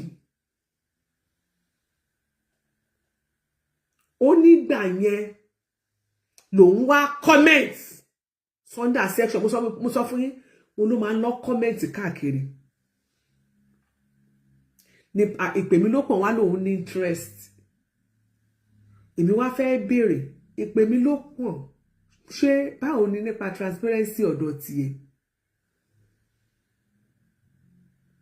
báwo ni nípa accountability ọ̀dọ̀ tiẹ̀ ó máa transparent jo mi lọ o sórí pé rìkísí tó so yín pọ̀ òun ló jẹ́ kẹ́ ẹ dọ̀rẹ́ rìkísí ọ̀nà ló dẹ̀ wá ló tú yín ká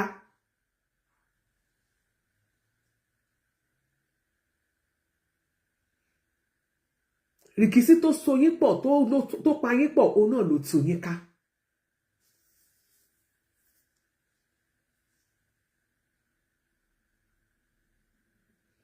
ṣé o mọ̀ pé lẹ́yìn tó bẹ gbogbo ẹ̀bẹ̀ ìtàn tó dọ̀bálẹ̀ tó ṣe gbogbo ẹ̀ tó bẹ̀bẹ̀ Agbala Gabriel ní kó lọ fún ní 100,000 tẹ́ bá gbọ́ voice note tó fi ránṣẹ́ tó bá ní kó fún yàn lọ́wọ́ ṣe àpéyẹ kókò sọ pé ẹ ṣé o ẹ bá mi dúpẹ́ lọ́wọ́ wọn pé mo dúpẹ́ o pé wọ́n ṣe o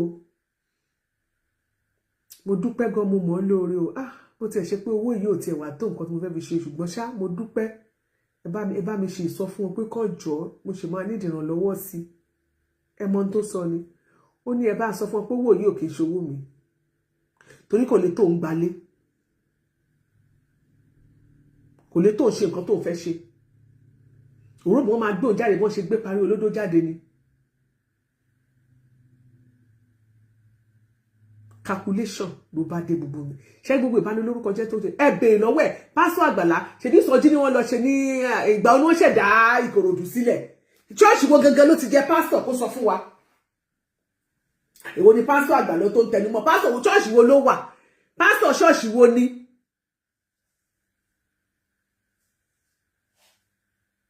ṣé bẹ́ẹ̀ náà ni Ìkòròdú ti fẹsẹ̀ múlẹ̀ ni ẹ dákun ṣe bẹ́ẹ̀ gbogbo wa náà mọ̀ pé wọ́n bẹ̀rẹ̀ revival ńjọ́ yẹn entitled benefits ni o wọ́n máa feel pé yes wọ́n fẹ́ claim ẹ̀ ni church wo gangan ni Tọ́pẹ́ ti di pastor church wo ló ń lọ kó tó rìn rẹ́gbẹ̀rẹ́gbẹ́ dé Àgbàlá ìgbà tó ti wá kúrò lọ́dọ̀ Àgbàlá church wo ló wà ló ti ṣe pastor church wo ló wà báyìí láti ìgbà tí àṣírí ẹ ti tú tó tí wọ́n ti sọ pé tó ti bẹ̀rẹ̀ sí jáde pé onídòwó tó ti lọ tó ti ní rárá o Sunday school ti ṣàkẹ́ ìjọ wọn ti bá ló bẹ́ẹ̀ sọ ìwà àtàlẹ́jọ ṣàdéhùn pé wọ́n máa fẹ́ 50,000 ìwé tó fi ọ̀dẹ́ yẹn dà lẹ́tà tó ti post ẹ kó lọ máa pastor church yẹn dà ó rí mú jáde church wo ló ti kúrò àmọ́ bẹ̀ níjó ti wá kúrò ńbẹ̀ church wo ló wà ẹ má gbàgbé pé ibi tó ti ń dọ̀báyé náà wọ́n sọ fún ọ wípé àwọn ṣẹ̀rù wípé bóyá ọ̀rọ̀ pé kò síbi tó ń gbé ọ̀rọ̀ ilé accommodation làwọn olùwò tí ẹ̀ máa bá pastor sọ wọn mọ̀ pé yóò mọ bẹni ẹlẹ́ni lórúkọ jẹ́ ni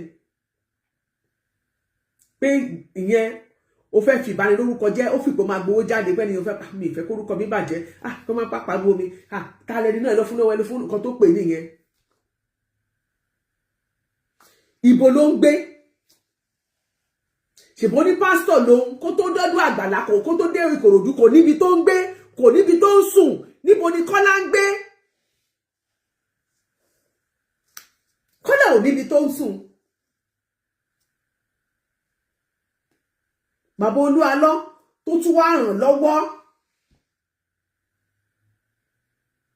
ó fi bí sún oore ó fi àfibí sólóore ni ó fi bí sún olóore ẹ̀mí ó dé Kòròdú branch àwọn Àgbàlá àwọn yẹn tiẹ̀ tún rò pé bóyá èèyàn gidi ni àwọn tó bá ní ìka máa fún wọn wọ́n á ní àgbà gbà ó bẹ̀rẹ̀ ìbanilórúkọ jẹ́ opportunity lẹ́yìn ìgbà tó lọ bẹ̀bẹ̀ wọ́n fún 100,000 ẹ̀mí àìmoore náà ló fi hàn ọ̀rọ̀ burúkú ló sọ ó tún wá sórí afẹ́fẹ́ ó tún lọ́dọ̀ pásítọ̀ ìpè mí lókàn lẹ́yìn gbogbo owó tí ìyẹn tún gbà fún ẹ dákun kí ló fi sún ó padà fi bí sún ni bó tilẹ̀ ṣe pé relationship yẹn náà kò lè last nítorí pé ẹ ti pinlẹ̀ lórí àbòsí ẹ ò pinlẹ̀ lórí òdodo ìdí nìyí tí problem fi wà ẹ ò pinlẹ̀ lórí òdodo ìdí nìyẹn tí problem fi wà so gbogbo èyí tó ń jáde síta tó ń sọ ń sìn wọn láìmú sọ fún pé àmọ́ ni tí ò máa rẹran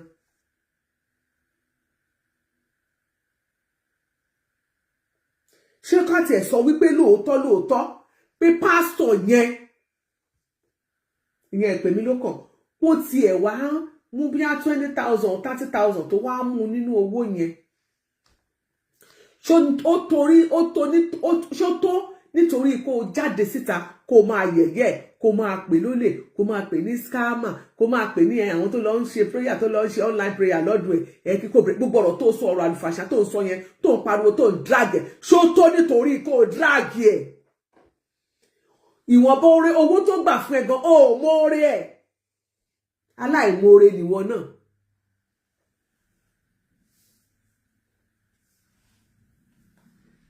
ẹ jẹ́ ká gbàgbé pálábòsí ní ìpè mí ló kàn ìwà tó wù sí pásítọ̀ ìpè mí ló kàn ìwà aláìmoore ni aláìmoore ẹ̀dá ló ń ṣe bẹ́ẹ̀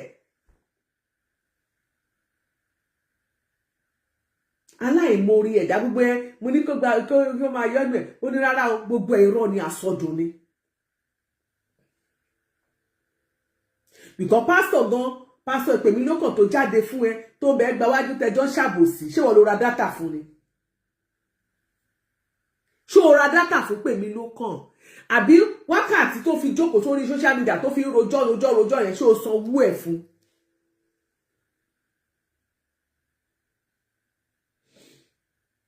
o ti yá sáré jáde síta o ti ń sáré bà lórúkọ jẹ́ ò ní ẹ̀mí sùúrù rárá o dẹ̀ láìkí èpè wo mi èpè ń jà ẹ́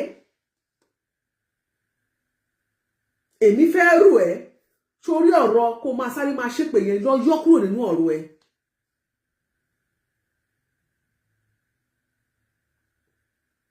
bẹ́ẹ̀ ni ó bá ti gbọ́ ọ̀rọ̀ ẹnu ẹ àti ìṣesí àti ìwàsí ẹ wọ́n á ti mọ irú èèyàn tó jẹ́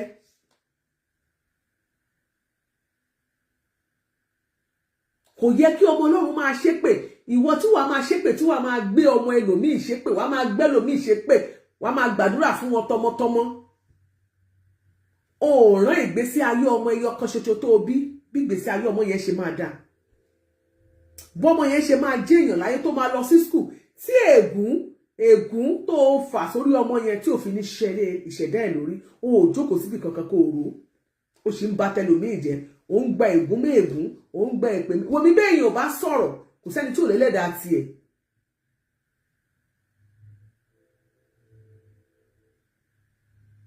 bẹ́ẹ̀ yóò bá sọ̀rọ̀ kò sẹ́ni tí ò lẹ́lẹ́la tiẹ̀ gbogbo explanation tó ń ṣe yìí ó kù díẹ̀ káàtó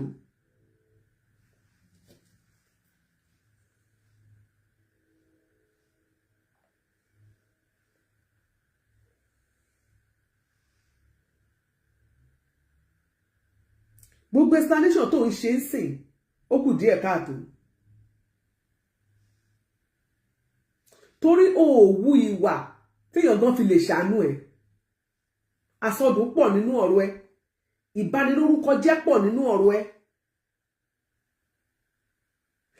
dragi tó ń dragi arákùnrin yẹn tó ń dragi Àgbàlá Gabriel ẹ̀ṣẹ̀ wo gan ló ṣẹ̀ ẹ̀jọ lọ́rọ̀ àjọsọ kò pè ẹ́ ní síbì kan pé báyìí ni kò ṣe fún un kò rún ẹ níṣẹ́ ó dẹ̀ sì dúró lé lórí tó ṣe ń bẹni ẹlẹ́ni lórúkọ jẹ́ kí ló dé tí èyí ìpè mí ló kò ṣe wá sọ pé wò mí o báyìí ni o èmi ò sọ wípé bóyá ò ní ìrànlọ́wọ́ tá a bá fẹ́ ṣe ìrànlọ́wọ́ fún ẹ ò ní láti parọ́ mẹ́ni ẹlẹ́ni àti ráwọn fídíò tó ti jáde síta o tí wọ́n ti fi hàn wá wípé Sunday school teacher pamphlet ló wọ́n kún ẹ o Àgbàlá òde mọ̀ ń pẹ́ o àwọn ará Ìkòròdú àwọn ní o tó bá ní ìrànlọ́wọ́ ẹ jẹ́ ká pe Àgbàlá Gabriel kó ràn ẹ́ lọ́wọ́ àbí ká ṣètò fún ẹ ká wo àwọn tí Ọlọ́run máa lò lórí ìkànnì yìí o tí wọ́n á ràn ẹ́ lọ́wọ́ ṣe bá àdọ̀dọ̀ Àgbàlá Gabriel ká tó dá 1 million fún Bùkún. Yes, tí Ọlọ́run bá sọ pé òun dé láti ràn yàn lọ́wọ́, Ọlọ́run á ràn yàn lọ́wọ́. Bí o ṣe ọ̀pẹ́ bàtà dáwọ́ fún Bùkún. Hey! Nicola bá wá sọ́dà comment section mi. Mo tẹ̀ ti gbàgbé. Ló bá rẹ́rìn kàkàkàkà pé àṣé ò tiẹ̀ ju gbogbo owó tí mo fẹ́ dá fún náà, àṣé ò tiẹ̀ ju 1 million lọ. Òun rò bí mi fẹ́ kọ́lé fún Bùkún ni. Àṣé ò tiẹ̀ rí 500,000 gbà. Tọ́pẹ́. Bọ̀dá Tọ́pẹ́, má bá yé mi jẹ́ o. Bọ̀dá Tọ́pẹ́.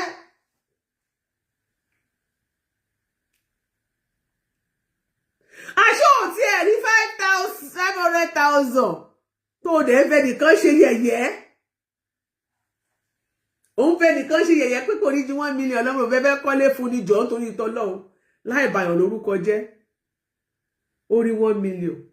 Ẹ jọ̀ọ́, ìwọ tó bàyàn lórúkọ jẹ́ èló lórí. Ó ń jowú, ó ṣàfẹ́ kí kọ́rùn ẹ̀ lọ́wọ́ bó ṣe rán Parí Olódó lọ́wọ́. Sórí tí Parí Olódó gbé wá yé òníwọ́ gbé wáyé ni. Bí Parí Olódó ṣe dọ́dọ̀ Àgbàlá kò wá pẹ̀lú ẹ̀tàn. Ó bá ìrànlọ́wọ́ wá ó sì láwọn pé ìrànlọ́wọ́ lòun bá dé. Ìgbà tí wọ́n dé in tó ti fi pinlẹ̀ irọ́ ni. Foundation tó ti fi bẹ̀rẹ̀ ìrìn àjò yẹn irọ́ ni. Ìwọ tó gbé foundation wọ́n ní ẹ̀mí Ọlọ́run ló darí ẹ̀. Ẹ̀mí Ọlọ́run mà kí ń gbé bí rúdurùdu. Ìwọ tó yẹ pé olórí elépè ni ẹ́. Àwọn èpè burúkú burúkú ó kún ẹnu ẹ. Ẹ̀mí Ọlọ́run kì í gbé bí rúdurùdu o. Ó wá ní market evangelism. Ẹjọ́ ọjà wo ló wà báyìí? You are a lazy man. Iṣẹ́ labor nìkan kọ́ ló lè ṣe tó máa fi rówó. Go and work. You need to go and work.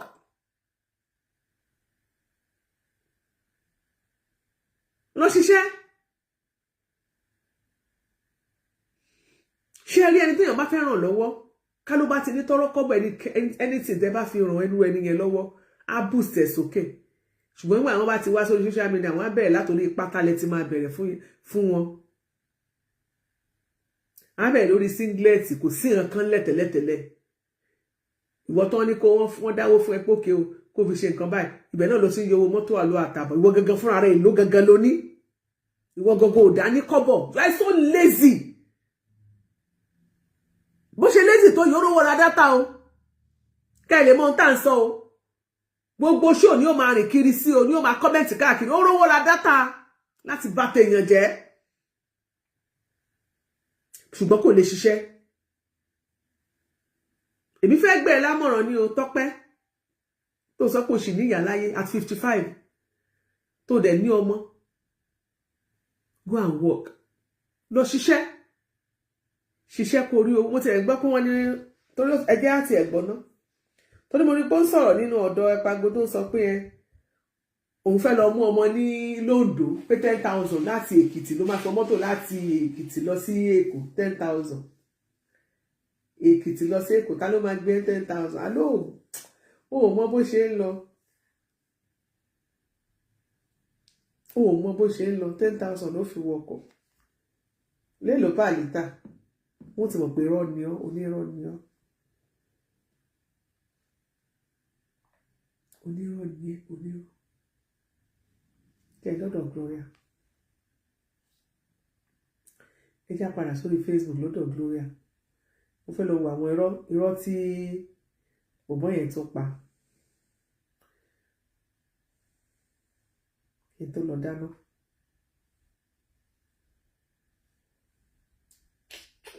Irọ́ pọ̀. Ẹni tí ò bá mọ bọ̀bọ́ yìí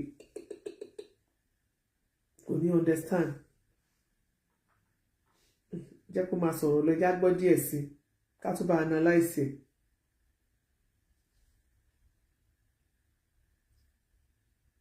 Ìyá sọ̀rọ̀ sókè. Ìpín wọn wá ẹjọ́ everybody kí wọ́n dáríjì yẹn máa rí mi gẹ́gẹ́ bí aláìmoore yẹn ó bẹ everybody so nǹkan tí mo fẹ́ sọ nìyẹn sá ọgbẹ́ aláìmoore yẹn. ẹ̀rọ dáná ní mo bẹ́yà wọn ní ìlú tó máa béèrè dábàá. I'm telling you Jinabu. lọ́wọ́ pásọ̀ tọ́pẹ́ ẹni táìpì máa béèrè lọ́wọ́ ẹ̀. ẹ máa gbọ́ ìgbà tí ẹ kọ́kọ́ lọ sọ́dọ̀ bàbá ìpèmí ló kàn yẹn kí ló kọ́ tàbí pé kọ́ bẹ̀rẹ̀ sí ní dáwó fún yín ṣé ẹ̀yin ẹ sọ fún ẹ pé kọ́ dáwó ni àbáwọn èèyàn ló sọ pé àwọn máa dáwó àbí bàbá ìpèmí ló kàn ló dísáìdì pé ẹ̀yin èèyàn ẹ bá wa dáwó fún lágbájá yìí. ó máa ti parọ́ kan bẹ́ẹ̀. níwájú ọlọ́run àti ènìyàn sá mi ò lọ sí ọ̀dọ̀ bàbá ìpèmí ló kàn mí rí wọn rí bẹ̀tí nǹkan tó ṣẹlẹ̀ ni wípé wọ́n ṣe prógámù Àgbàlá Gabriel àti Muyideen èmi náà wá kọ́mẹ̀tì pé bí Àgbàlá Gabriel ṣe ṣe fún mi nìyẹn kí n ṣe ní bọ́jú ni pé mo bá ṣe pé kò sọ yẹn pé máa ṣe kò bá kò sanwó. so nǹkan tó pọ̀ jù ní àtàwọn sà kí ṣe pé bóyá mo lọ bá wọn sà ṣe nígbà tó ń ṣe ṣó Àgbàlá Gabriel àti Muyideen Àgbàlá Gabriel wọ́n ní kò wà transparent so ìgbà yẹn ni wọ́n rí kọ́mẹ̀ntì níbẹ̀ tí wọ́n ní bó ṣe ṣe pé mi náà nìyẹn pé mo ṣiṣẹ́ fún mi kó wọ́n làwọn wà interesting lórí kọ́mẹ̀ntì wọ́n ní kí wọ́n fẹ́ private chat náà bẹ̀rẹ̀ sí ní chat wọ́n ní ṣe ní máa ń máa gbé mi láì kíní kan kiri kan tó bá ṣe jọmọ ra nìyẹn bẹ́ẹ̀ nǹkan tó fi mú kọ́ máa bẹ̀rẹ̀ sí donate owó fún mi sàlẹ̀ yìí ẹnìkan wà tájọ ṣe ṣáìdù sà ó wà ní outside Nigeria àti lose contact ó dẹ̀ mọ̀ nígbà yẹn ó nígbà gan gbọ́ pé mo ti lówó gidi pé mo ní mọ́tò mo ṣe nígbà tó kàn gbọ́gbọ́n lọ́bẹ̀ sọ́dún mo lọ kó fún ṣọ́ọ̀ṣì mo ní mo ti rìpẹ́ǹtì mo bẹ̀rẹ̀ sí ní tí wọ́n á gbé báìbù kiri pé bó náà ti ń ṣe. má parọ́ fún wa ṣé nígbà kó o tó lọ sẹ́wọ̀n ló ti lówó gidi nígbà tó wà nínú iṣẹ́ gbéwìrì nínú ọ̀rọ̀ tó dẹ̀ sọ fún wa nípa iṣẹ́ gbéwìrì tó lóò ṣe onítàbá tí kò gbórí iṣẹ́ church ní ti iṣẹ́ àwọn musical music instrument tó wà ní church tẹ́bá tí kò gbọ́ ẹ̀ tẹ́bá ti lọ kó fún wọn ẹ̀nà máa fún yín ní àwọn bí wọ́n lè fún ẹ 100,000 instead kan lè kọ́mọ kan lọ kó lọ pick pocket kan lu Iyalaje ẹ̀ pa lórí èlò kan lu pa sílẹ̀ so ìgbà yẹn tó ń ṣiṣẹ́ ọ̀gá látẹ̀ lọ fọ́ gbogbo káàkiri ìgbà yẹn ló lówó ó lo 25 years ṣé ìgbà tó dẹ̀dẹ̀ mọ́tò yẹn dẹ̀ ṣì wà intact mọ́tò yóò tí gorí odó even after 25 years oníwọ̀n ló lówó gan wá ló kó fún ṣọ́ọ̀ṣì tó lọ kó fún nígbà tí wàá pé rọ́ ṣọ́ọ̀ṣì tí wọ́n lọ kó gbogbo mọ́tò tó kó gbogbo nǹkan tó ní àti ojúkọ́lé náà fún wọn ó ṣe padà sí ṣọ́ọ̀ṣì yẹn kó lọ rò pé sí wọn lọ́rùn ó ṣe máa dárúkọ ṣọ́ọ̀ṣì yẹn ó ṣe dárúkọ ṣọ́ọ̀ṣì yẹn fún wa lórí afẹ́fẹ́ pé ṣọ́ọ̀ṣì yìí o ibẹ̀ ló kó nǹkan lọ kí ló tó dárúkọ ṣọ́ọ̀ṣì tó kó lọ dárúkọ ṣọ́ọ̀ṣì fún wa tó kó gbogbo ilé gbogbo dúkìá tó lóní tó kó lọ fún kó tó wá bẹ̀rẹ̀ market evangelism.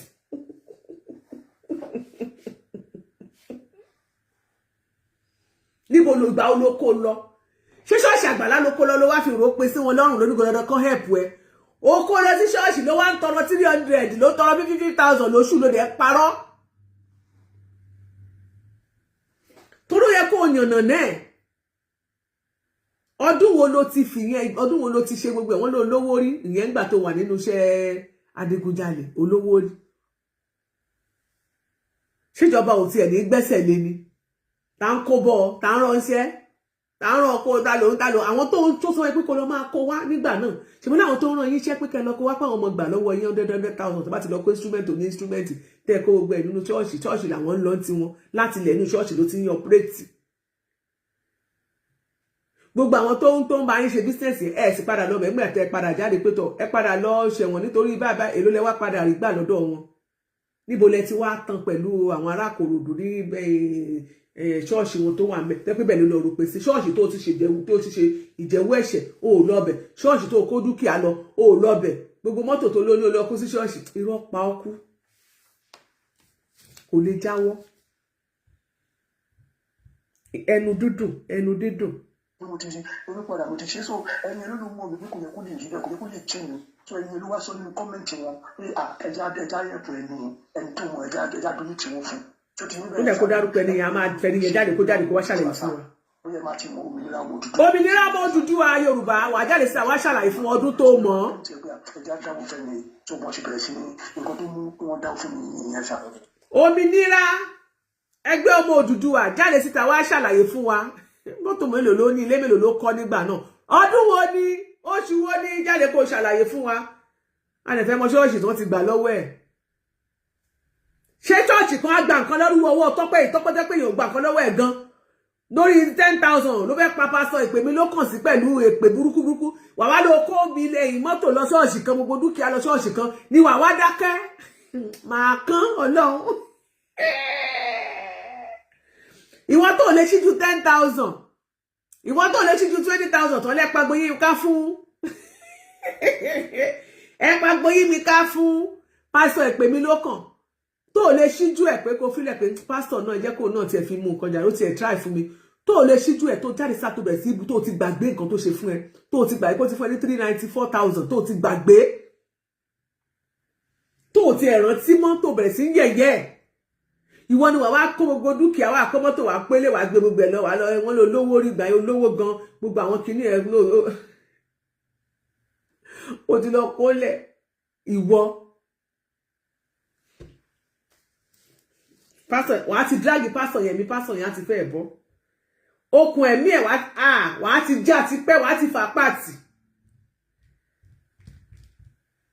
ìṣe pé bóyá ilẹ̀ ní kan dáwó fún yín. àwọn ló sọ fún mi wọ́n ní kó má lo àkáǹtì wọn kó lo àkáǹtì mi. wọn là káàtì ẹ o lè. ẹ̀rọ ṣàṣàgbọ́n mi báyìí. ẹ̀rọ. This is gonna post it. ó ṣe ń jàre àbúrò mi kú iṣẹ́. èló ló máa kọ́ọ̀sì láti lọ sí Èkó. pẹ̀lú ọmọ yín. kí ni máa tó 10,000 máa tó sà. 10,000. láti lọ sí Èkó. Poverty ò dáa o. láti padà ní 10,000 ní àbí láti lọ nìkan. no àti lọ nìkan ni sà. tí bá ti lọ báyìí bẹ́ẹ̀ sà tí bá ti lọ mú báyìí a máa jọ máa gbélé ọ̀dọ̀ mi yẹn ní Ìkòròdú ni. láti padà sí Èkó ní 10,000. tẹ̀wọ́ wá dé Èkó bẹ́ẹ̀ sà lọ́wọ́ máa ṣe. ìfàwọ́ ìka yóò fi bí sú ọ. ìdásọ̀nà àbáyọ náà ni lórí gẹ́gẹ́ bí agreement tó wà láàrin àyìn àti ìyá mi gbà yẹn ó ti bá ti wá pé títí dìgbà tí màá fi wá lọ gbọmọ mi ó ti bá dẹ̀ dìgbà tí màá ti dé Ìkòròdú gbà yẹn náà àmọ́ wordness lórí ó ní ìjà tí màá lọ sí kó bẹ̀rẹ̀ school. ọmọ òtí bẹ̀rẹ̀ sí ẹ ti gbọ́. ṣé ẹ ti fìdí ẹ̀ múlẹ̀ pọ́mọ òye ò lọ school ọmọ ọdún 8 ò lọ sùkúù àtìgbà tó ti mọ́mọ́ kúrò lọ́dọ̀ pásọ Olúalọ́ ọmọ ò lọ sùkúù ọmọ yẹn ò lọ sùkúù ọmọ yẹn rìn kiri ni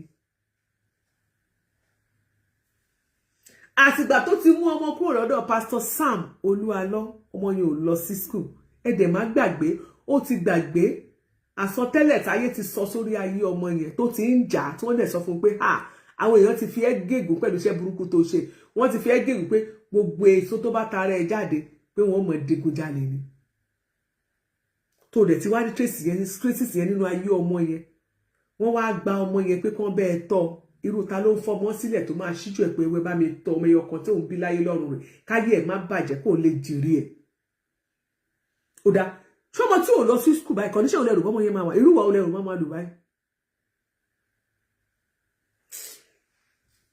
má ṣe o gbogbo tó ń ṣẹlẹ̀ nínú ayé ọ̀rákùnrin àfọwọ́fà ni ó fọmọ sílẹ̀ lọ́jọ́ kò sékìtì. ìgbà tí pásítọ̀ ìgbèmí ló kàn dẹ̀ sọ ọ́nà yìí ló máa make sure pé owó tó wà lákàtúntì wò ju bí 0 lọ ìgbẹ́rù wà bẹ́ẹ̀ ní 30 something naira bí kankan so tí pásítọ̀ ìgbèmí ló kàn tó bá lè gbé àkáǹtì jáde all well and good a lè fọ́ọ̀sì ẹ̀ ṣẹ́mọ̀ a lè sọ báyìí ìgbà gbogbo yóò lè gbé jáde a tún bá ike sọ̀rọ̀ fún ọmọ sámẹ́lì. ìyẹn ò kàn mí. kó jẹ́ kí a rí àkáǹtì bó ṣe gbowó fún pásítọ̀ Tọ́pẹ́ káde close case so náà pásítọ̀ Tọ́pẹ́ fẹ́ padà sí Èkó ó máa nídìí 10,000 ó máa lọ mú ọmọ bí àdẹ̀bẹ̀rẹ̀ dábàá máa bẹ̀rẹ̀ POS yẹn nísìn bí ìlú lẹ́ máa need láti fi bẹ̀rẹ̀ POS yẹn.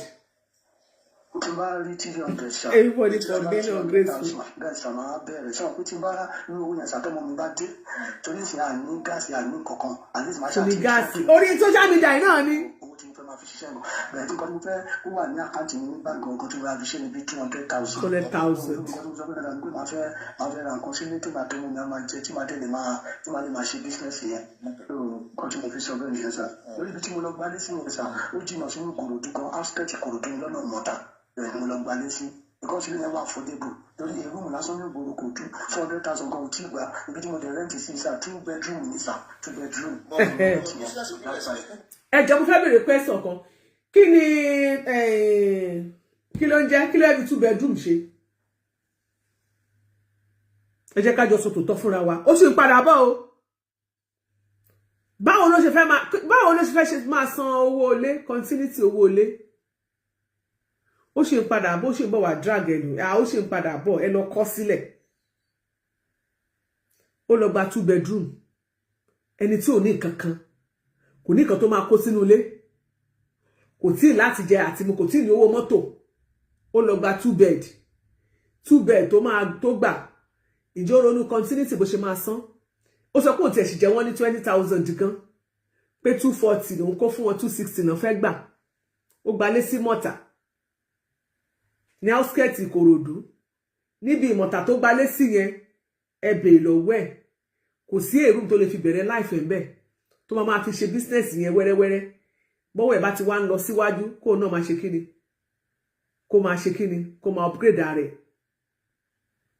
nígbà ẹ bá gba 2 bẹ́ẹ̀dì gan ẹ gba 2 bed ẹ ní bẹ́ẹ̀dì gan tẹ́ fi sùn nílé ẹ gba 2 bẹ́ẹ̀dì ẹlẹ́ẹ̀dì gáàsì kò sí gáàsì ebi wọn á oúnjẹ díẹ̀ wọ́n á ṣe gbogbo ẹ kàn gba lébà ilé àkànṣe dàgbàdà ni lẹ́wàá mọ́ rìn kiri inú àbẹ́mọ̀ gbá bọ́ọ̀lù mẹ́ lẹ́mọ̀ sùn sẹ́gbẹ́ kan lẹ́mọ̀ táṣọ ọ̀lẹ̀